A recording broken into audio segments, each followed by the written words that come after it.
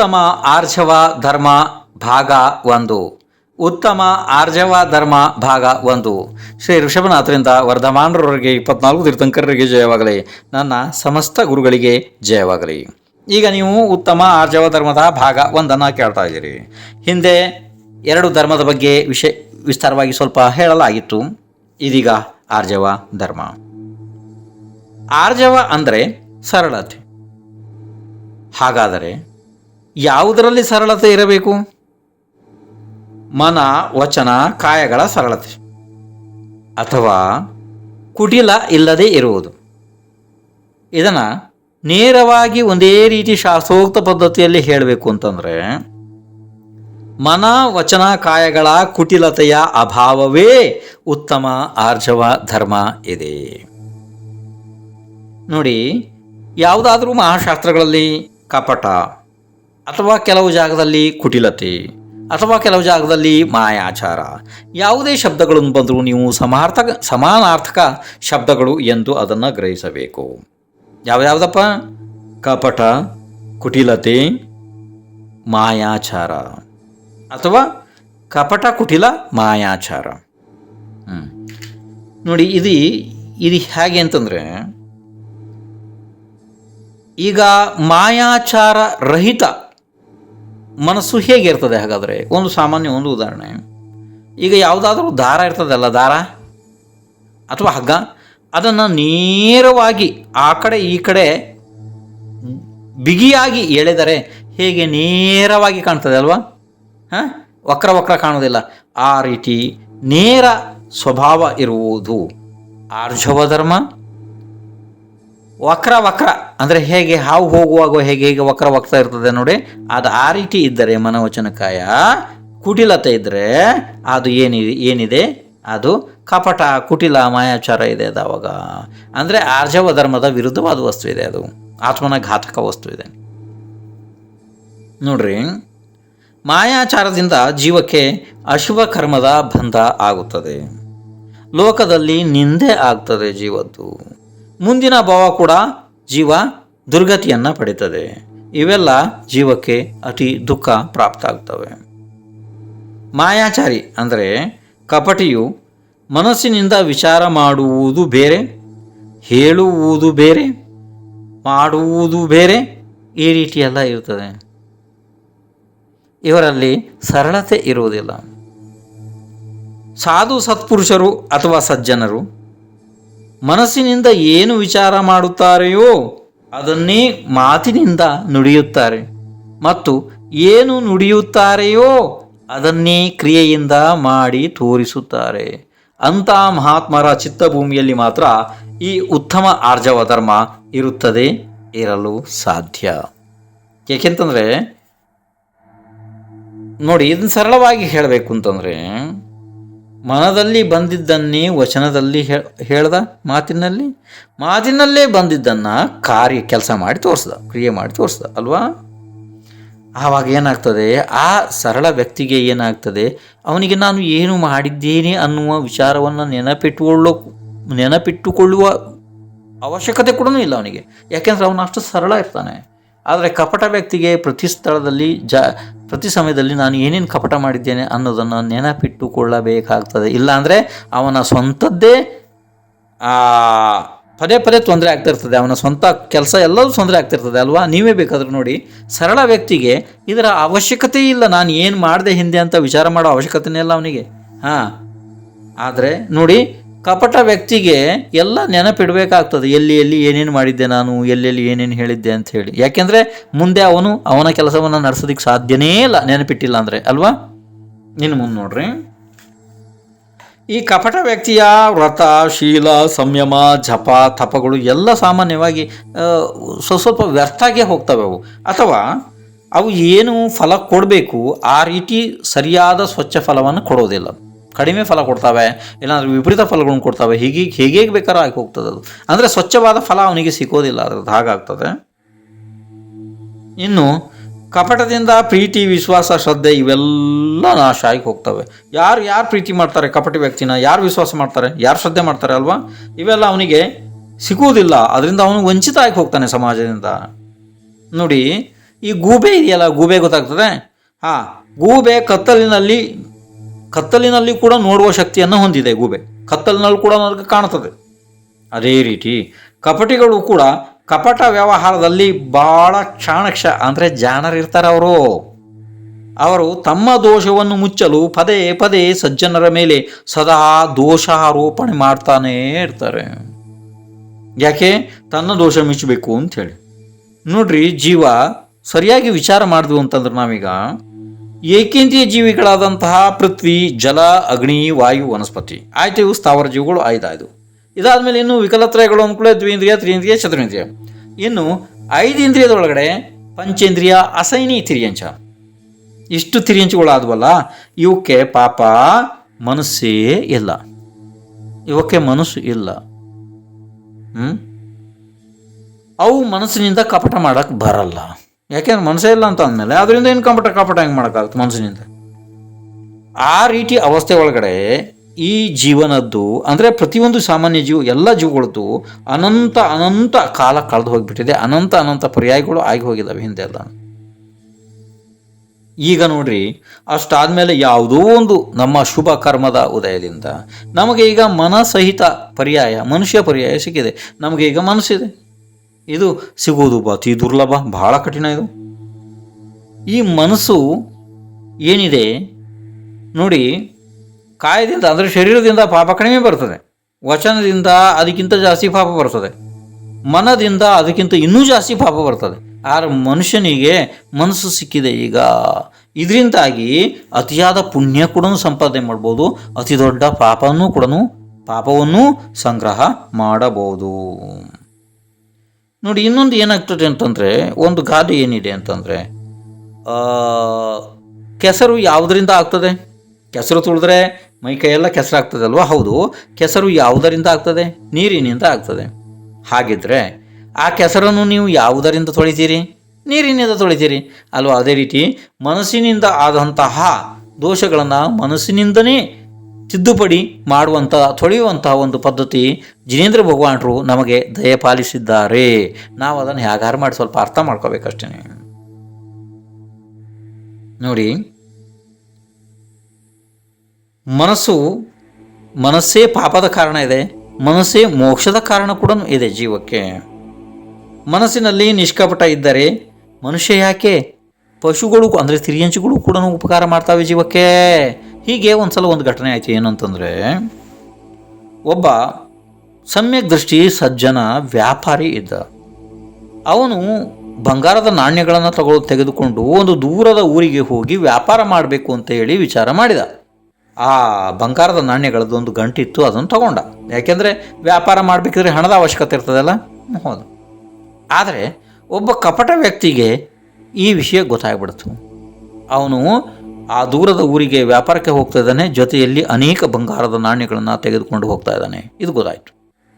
ಆ ಕಪಟಿ ವ್ಯಕ್ತಿ ಏನು ಮಾಡ್ದ, ಹೇಗಾದರೂ ಮಾಡಿ ಈ ಸಜ್ಜನನ ಸ್ನೇಹವನ್ನು ಸಂಪಾದನೆ ಮಾಡಬೇಕು, ಅವನಿಂದ ಆ ಹಣವನ್ನು ನಾನು ಹೊಡಿಬೇಕು ಅಂಥೇಳಿ ವಿಚಾರ ಮಾಡಿಬಿಟ್ಟು. ಕಪಟಿಗಳು ಏನು ಬೇಕಾದ್ರೂ ವಿಚಾರ ಮಾಡ್ತಾರೆ ಬಿಡ್ರಿ, ಮಾಡ್ದ. ಹಾಗೆಯೇ ಬಂದು ಆ ಸಜ್ಜನ ಮನುಷ್ಯನ ಸ್ನೇಹವನ್ನು ಸಂಪಾದನೆ ಮಾಡಿಬಿಟ್ಟ. ಯಾಕೆಂದರೆ ಆ ಸಜ್ಜನ ಮನುಷ್ಯನಿಗೆ ಈ ಕಪಟತನ ಗೊತ್ತಿರಲಿಲ್ಲ. ಅವನು ಎಲ್ಲರನ್ನು ನಂಬಿಬಿಡ್ತಿದ್ದ ಪಾಪ. ಯಾಕೆಂದ್ರೆ ಆ ಜೀವಗಳು ಸರಳ ಇರ್ತವೆ ಅಲ್ವಾ? ನಿಮ್ಮ ಜೊತೆಗೆ ನಾನು ಕೂಡ ಅಲ್ಲಿಗೆ ಹೊರ ಊರಿಗೆ ಅಲ್ಲಿಗೆ ಬರ್ತೀನಿ, ನನಗೂ ಕೂಡ ಅಲ್ಲಿ ಕೆಲಸ ಇದೆ, ವ್ಯಾಪಾರ ಇದೆ, ಹಾಗೆ ಹೇಳಿ ಸುಳ್ಳು ಹೇಳಿಬಿಟ್ಟ. ಅದಕ್ಕೆ ಆ ಸಜ್ಜನ ವ್ಯಕ್ತಿ ಇವನನ್ನು ನಂಬಿದ. ಮತ್ತು ಒಬ್ಬರಿಗೆ ಇಬ್ಬರು ಲೇಸು ಅಲ್ಲವೇ ದೂರದ ಪ್ರಯಾಣ ಅಂಥೇಳಿ ಅವನನ್ನು ಕೂಡ ಇವನು ಜೊತೆಯಲ್ಲಿ ಕರ್ಕೊಂಡ. ಈಗ ಊರು ಬಿಟ್ಟು ಇವರು ಸ್ವಲ್ಪ ಭಾಳ ದೂರ ಹೋಗ್ಬಿಟ್ರು. ಗುಡ್ಡಗಾಡಾದ ಪ್ರದೇಶ ಇತ್ತು, ಭಾಳ ಗುಡ್ಡಗಳು ಕಾಡೆಲ್ಲ ಇತ್ತು. ಹೋಗ್ತಾ ಸಂಜೆ ಆಯಿತು. ಏನೋ ಊಟ ಮಾಡಿಕೊಂಡು ಒಂದು ಜಾಗದಲ್ಲಿ ಇಬ್ಬರೂ ಕೂಡ ಮಲಗಿಬಿಟ್ರು.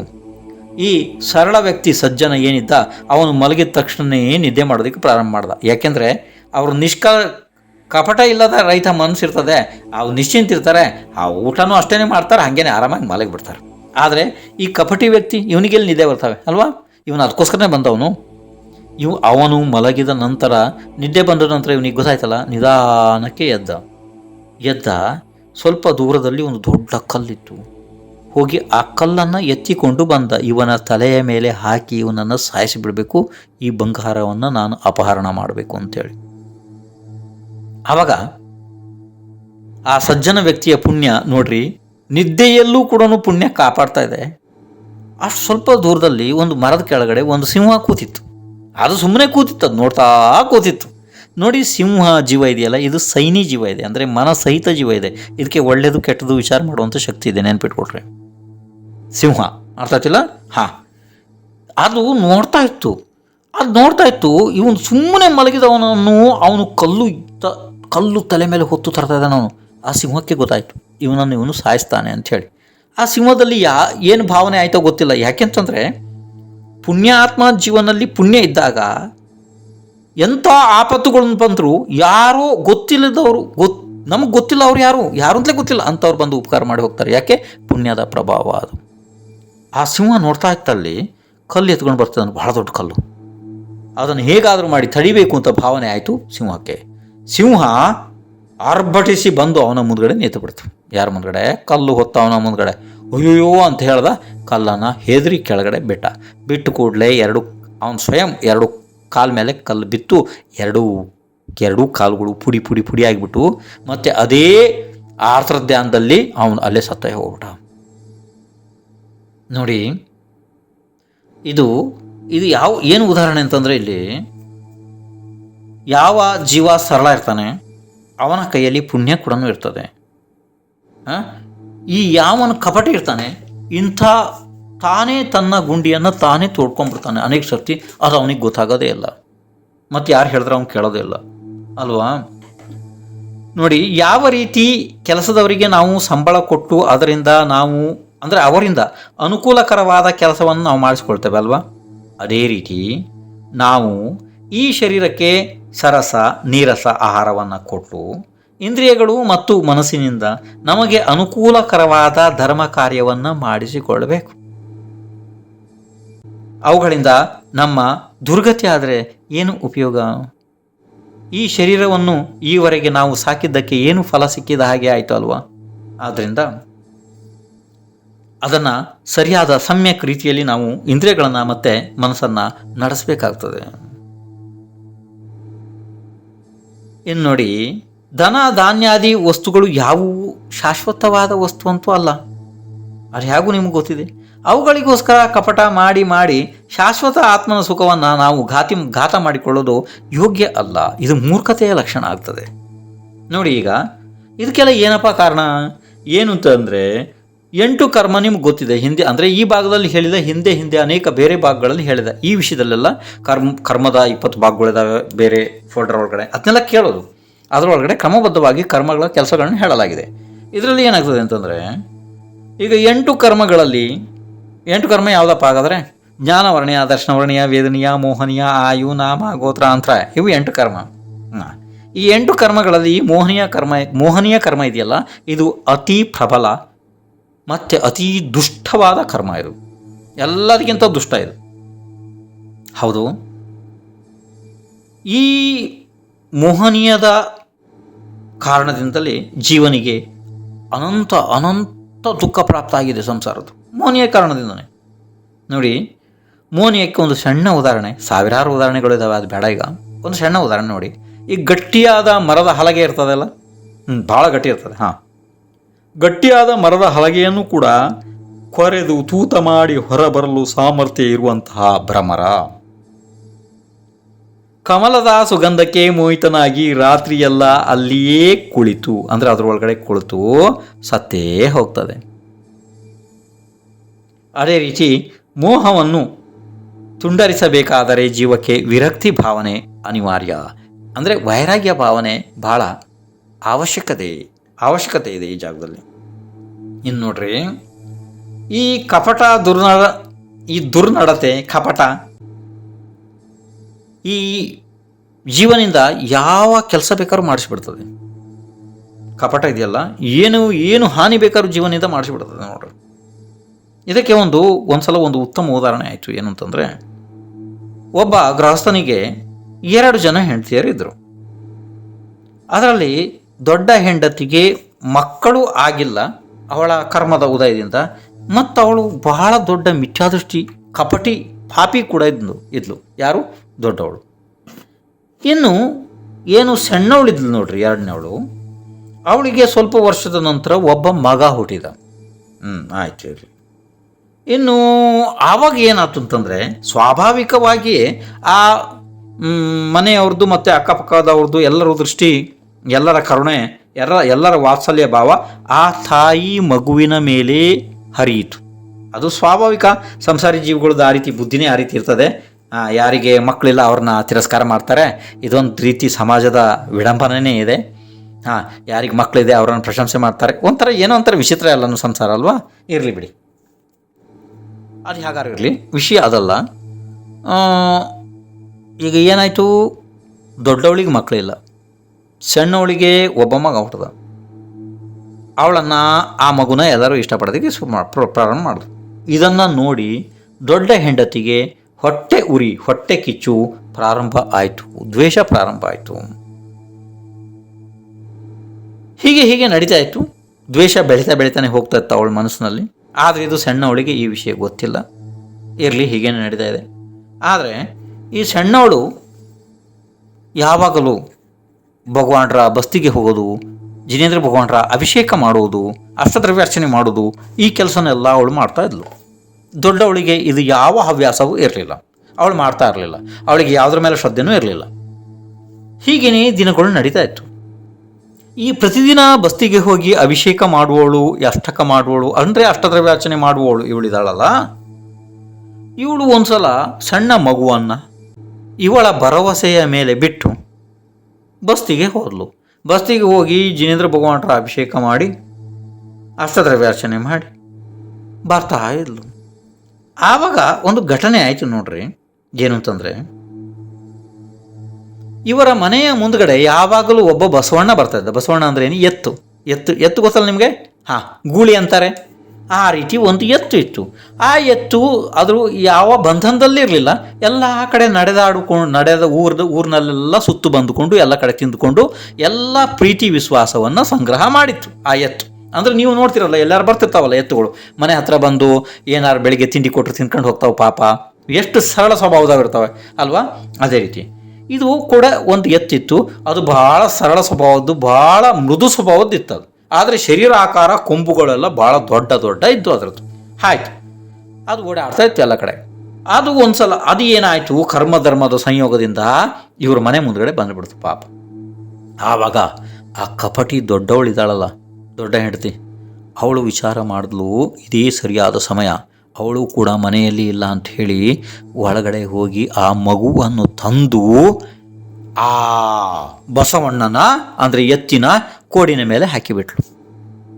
ಪಾಪ ಆ ಎತ್ತು ಏನಾರು ತಿನ್ನಕ್ಕೆ ಕೊಡ್ತಾರಾ ಅನ್ನುವ ಕರುಣ ಇದರಿಂದ ಭಾವನೆಯಿಂದ ಬಂದಾಯ್ತು. ಪಾಪ ಅದು ಹೊಟ್ಟೆ ಪಾಡಿಗೆ. ಆದರೆ ಆ ಎತ್ತಿನ ಮೇಲೆ ಎಷ್ಟು ದೊಡ್ಡ ಅನ್ಯಾಯ ಆಯಿತು ನೋಡ್ರಿ. ಪಾಪ ನಿರಪರಾಧಿ ಜೀವ. ಇನ್ನು ಅದಕ್ಕೇನು ಹೇಳಕ್ಕೆ ಬರುತ್ತೆ? ಏನಿಲ್ಲ. ಅಷ್ಟೊತ್ತಿಗೆ ಮಗು ಕೆಳಗಡೆ ಬಿತ್ತು. ಅದನ್ನೆಲ್ಲನೂ ನೋಡಿಬಿಟ್ರು ಮನುಷ್ಯರೆಲ್ಲನ. ಎತ್ತೇ ಸಾಯಿಸಿಬಿಡ್ತು ಮನುಷ್ಯ ಇದು ಹುಡುಗನ ಅಂಥೇಳಿ ಎತ್ತಿಗೆ ಹೊಡೆದು ಪಾಪ ಮೂಕ ಪ್ರಾಣಿ. ಅಯ್ಯೋ ದೇವರೇ, ಅದು ಯಾರಿಗೆ ಹೇಳೋಕ್ಕಾಗುತ್ತಾ ನೋವನ್ನು? ಅದನ್ನ ಹೊಡೆದು ಎಲ್ಲ ಮಾಡಿ ಮನುಷ್ಯರೆಲ್ಲ ಆ ಊರಿನಿಂದ ಹೊರಗಡೆ ಕಳಿಸ್ಬಿಟ್ರು. ಆದರೆ ಆವಾಗ ಆ ಎತ್ತು ಅತೀ ಶಾಂತ ಸ್ವಭಾವದಿಂದ ಹೋಗಿಬಿಡ್ತು ಪಾಪ. ಅದು ಏನು ಮಾಡೋಕ್ಕಾಗುತ್ತೆ ಇಂಥ ದುರ್ಜನರ ಜೊತೆಯಲ್ಲಿ? ಮತ್ತೆ ಅದಕ್ಕೆ ಯಾರು ರಕ್ಷಣೆ ಕೊಡೋರಿದ್ದಾರೆ? ಇರಲಿ, ಹೋಯ್ತು ಪಾಪ ಅದು. ಅಷ್ಟೊತ್ತಿಗೆ ಇವಳು ಮನೆಗೆ ಬಂದು ನೋಡ್ರೆ ಮಗು ಪ್ರಜ್ಞೆ ತಪ್ಪಿ ಸಾಯುವಂಥ ಪರಿಸ್ಥಿತಿ. ಇಷ್ಟಾದ ಕೂಡಲೇ ಎಲ್ಲರೂ ಎತ್ತಿನ ಮೇಲೆ ದೂರ ಹೇಳಿಬಿಟ್ರು. ಆವಾಗ ಅವಳು ಏನು ಮಾಡೋದು ಅಂತ ಹೇಳಿ ಈಗ ವಿಚಾರ ಮಾಡೋದಕ್ಕೆ ಪ್ರಾರಂಭ ಮಾಡಲು. ಏನು ಮಾಡ್ಬೋದು ನಾನು ಅಂಥೇಳಿ ಏನು ಕಾಣದಾಗ ಅವಳು ನಮೋಕಾರ ಮಂತ್ರ ಜಪ ಮಾಡೋದಕ್ಕೆ ಶುರು ಮಾಡಿದ್ಲು. ನಮೋಕಾರ ಮಂತ್ರ ಜಪ ಮಾಡೋದಕ್ಕೆ ಶುರು ಮಾಡಿದ ತಕ್ಷಣವೇ ಶಾಸನ ರಕ್ಷಕ ದೇವಿ ಬಂದು ಹೇಳಿದ್ಲು, ನೀನು ಜಿನೇಂದ್ರ ಭಗವಾನರ ಗಂಧೋದಕವನ್ನು ಮಗುವಿನ ಮೇಲೆ ಹಾಕು, ನಾನು ನಿನ್ನನ್ನು ಆ ಮಗು ಉಳಿತದೆ ಅಂತ ಹೇಳಿಬಿಟ್ಲು ಶಾಸನ ರಕ್ಷಕ ದೇವಿ. ಅಷ್ಟಾದ ನಂತರ ಆ ಸಮ್ಯಕ್ ದೃಷ್ಟಿ ಜೀವ ಇದ್ಲಿ ಇವಳು. ಆ ದಿನ ಜಿನೇಂದ್ರ ಭಗವಾನರ ಅಭಿಷೇಕ ಮಾಡ್ತಾಳೆ, ಪೂಜೆ ಮಾಡ್ತಾಳೆ ಅಂದ್ರೆ ಏನು ಕಮ್ಮಿ ಅವಳಿಗೆ ಇದಿರ್ತದೆ. ಅವಳು ಸಮ್ಯಕ್ ದೃಷ್ಟಿ ಇದ್ಲು, ಅದೇ ರೀತಿ ಮಾಡಿಬಿಟ್ಲು. ಮಗು ಉಳಿಯಿತು. ಇದರ ಮುಂದಿನ ಕಥೆಯನ್ನು ಇನ್ನು ನಾಳೆ ಬಂದು ಕೇಳ್ರಿ. ಈಗ ಸಮಯ ಆಗ್ತಾಯಿದೆ, ನಾಳೆ ಇನ್ನೊಂದು ಮುಂದಿನ ಭಾಗದಲ್ಲಿ ಕೇಳ್ರಿ. ಈಗ ಸಮಯ ಆಗ್ತಾಯಿದೆ, ಸಮಯಕ್ಕಿಂತ ಜಾಸ್ತಿ ಹೇಳಕ್ಕೆ ಬರಲಿಲ್ಲ. ಆಯ್ತು, ಹೋಗ್ಬರ್ರಿ.